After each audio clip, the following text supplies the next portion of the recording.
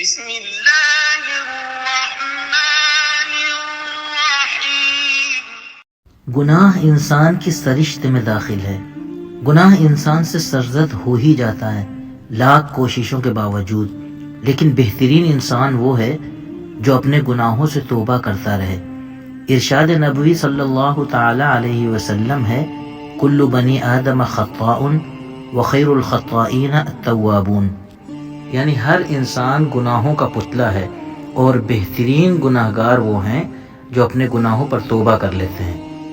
اسی طرح بنی آدم کو چاہیے کہ اپنے عیوب پر پردہ رکھے، ان کو دوسروں کے سامنے ظاہر نہ ہونے دے، اس لیے کہ پردہ پوشی بھی ایک ایمانی و اخلاقی صفت ہے۔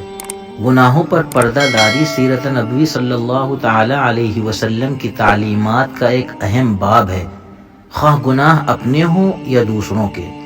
ایک حدیث میں ہے کہ ایک نوارد حضرت عمر رضی اللہ عنہ کے سامنے اپنے گناہ کا اظہار کر رہا تھا، تو حضرت عمر فاروق رضی اللہ تعالی عنہ نے فرمایا کہ اللہ نے تیرے گناہوں کو چھپائے رکھا، کاش تو بھی اپنے گناہوں کو ظاہر نہ کرتا۔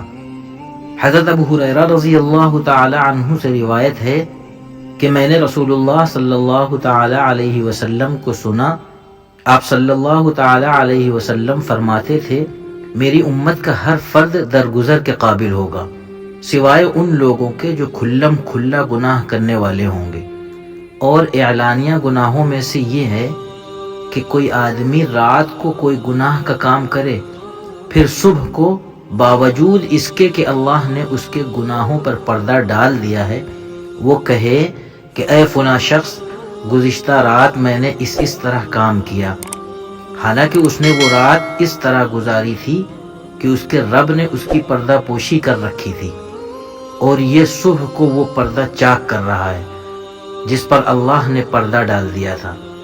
اس لیے اپنے عیوب لوگوں کے سامنے ظاہر نہ ہونے دیں، صرف اللہ کے حضور گڑ گڑا کر بیان کریں۔ اس طرح کی مزید اسلامی معلوماتی ویڈیوز کے لیے آپ ہمارے چینل اسلامیات قطر کو سبسکرائب کر لیں اور بیل آئیکن کو دبا دیں تاکہ ویڈیو اپلوڈ ہوتے ہی آپ کو نوٹیفیکیشن مل جائے۔ جزاکم اللہ خیرا۔